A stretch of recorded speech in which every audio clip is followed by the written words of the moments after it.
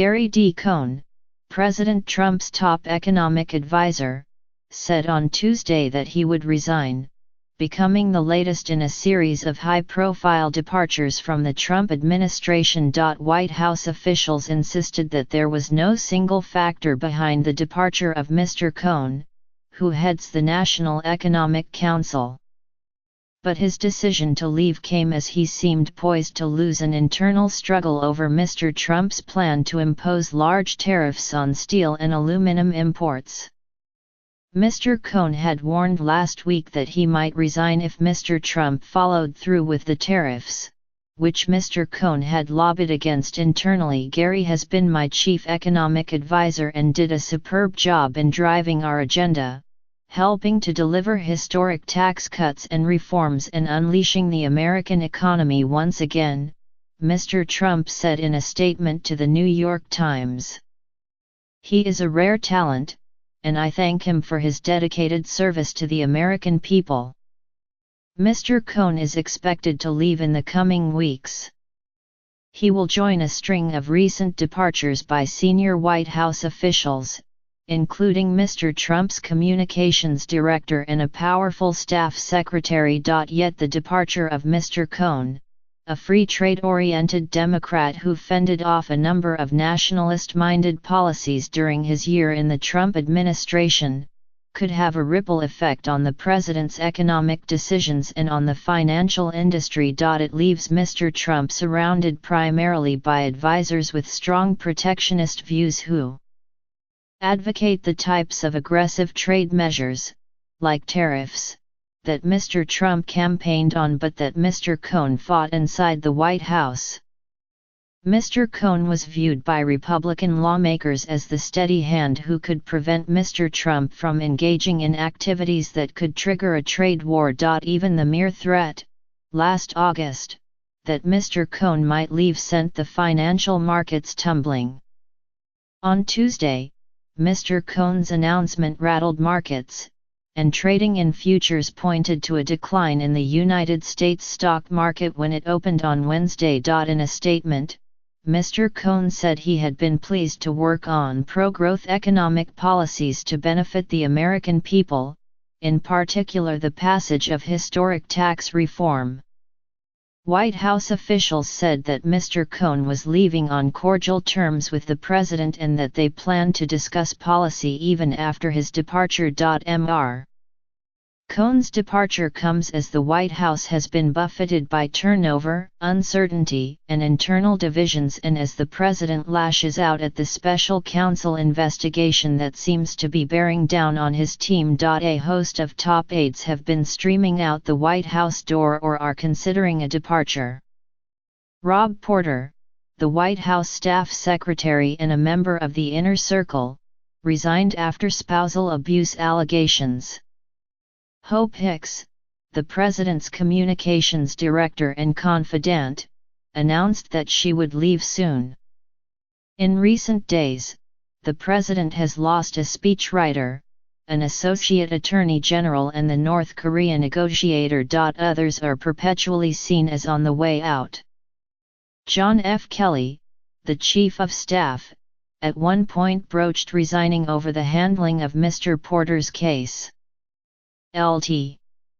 General H.R. McMaster, the National Security Advisor, has been reported to be preparing to leave. And many officials wonder if Jared Kushner, the president's son-in-law and senior advisor, will stay now that he has lost his top-secret security clearance. The departure of Mr. Cohn further shrinks the number of allies Mr. Kushner and his wife, Ivanka Trump, have in the White House.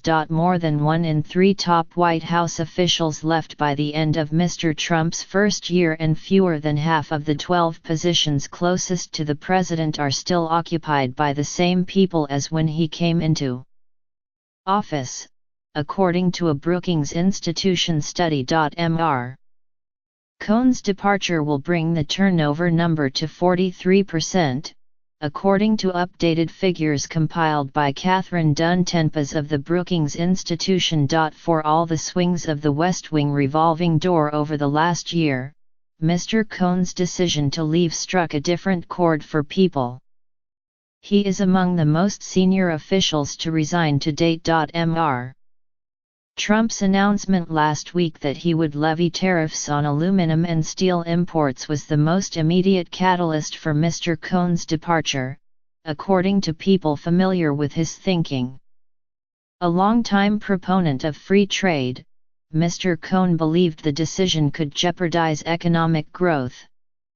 The president, urged to consider the risks of losing Mr. Cohn by several advisers, appeared unconcerned, insisting that he could live without his economic advisor as he makes a more aggressive return to the nationalist policies that helped sweep him into office as the 2018 midterm elections approached. Mr. Cohn was familiar with Mr. Trump's nationalist stance on trade, and the president repeatedly asked aides, "Where are my steel tariffs?" over the last 8 months. Since last summer, a process for debate and information flow to the president had been in place as he made decisions. But that process has been in tatters since Mr. Porter left the White House, several aides said on Tuesday. What's more, people close to the president said, Mr. Cohn had harmed his own ability to negotiate by telling Mr. Kelly last week that if the tariffs went forward, he might have to resign. The president was told by Cohn critics that Mr. Cohn had made the issue about himself, as opposed to Mr. Trump's policies. That led to Mr. Trump souring on Mr. Cohn by the time his resignation was submitted on Tuesday. But the president was still infuriated by Mr. Cohn's decision, according to multiple people who discussed it with the president after it was announced. In several conversations that Mr. Trump had with people on Tuesday, he denounced Mr. Cohn as a globalist.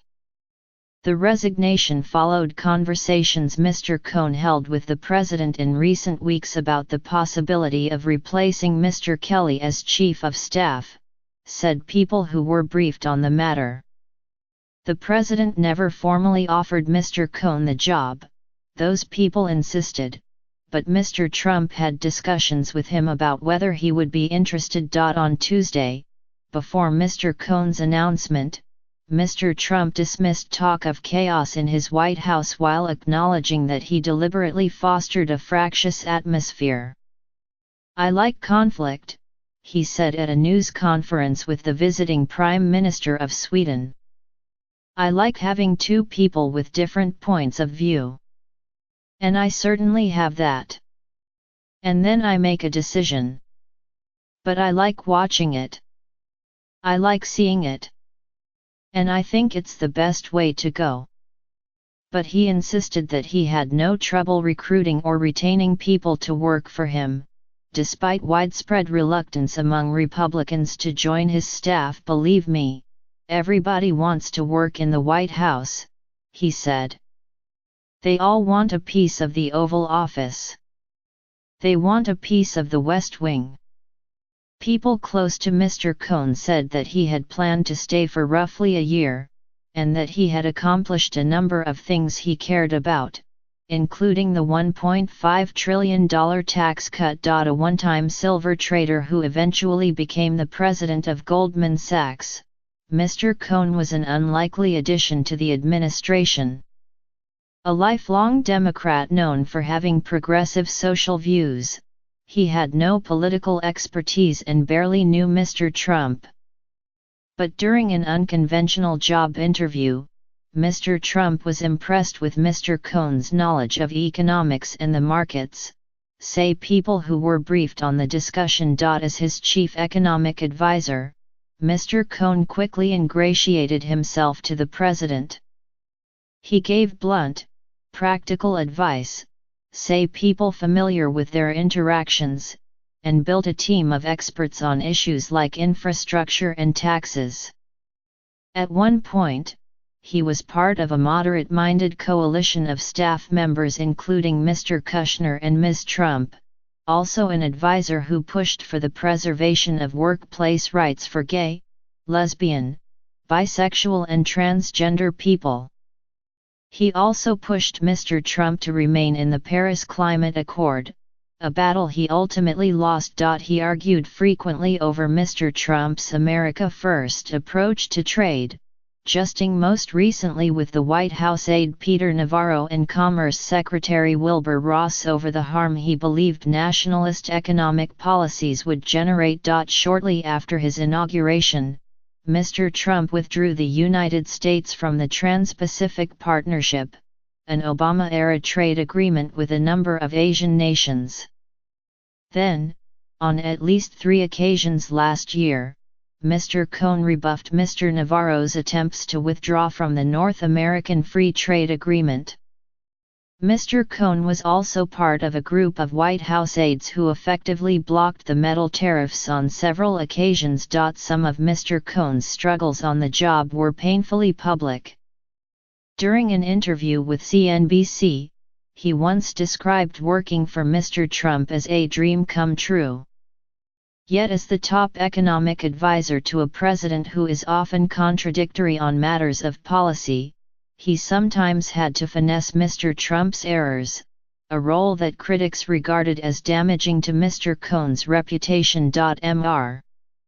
Cohn's rapport with Mr. Trump has been tenuous at times. In August, after violent nationalist protests in Charlottesville, Virginia, that led to a woman's death, Mr. Cohn was so troubled by the president's response that he wrote a resignation letter, according to people briefed on the document. That time, Mr. Trump persuaded him to stay.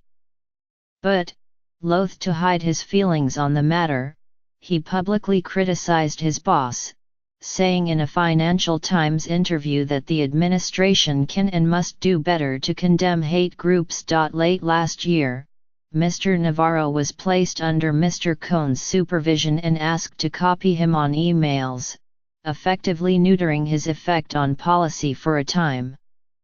But a tumultuous period in the White House in February resulted in Mr. Navarro's reascendance, and with that, his protectionist policy agenda. Mr. Cohn, who officials said has not set a firm departure date, will probably take a month or so to regroup after leaving, according to someone familiar with his thinking. Possibilities he has considered for a next step, said this person, include opening up his own investment firm or, according to 2 people familiar with his thinking, a more senior job in the Trump administration.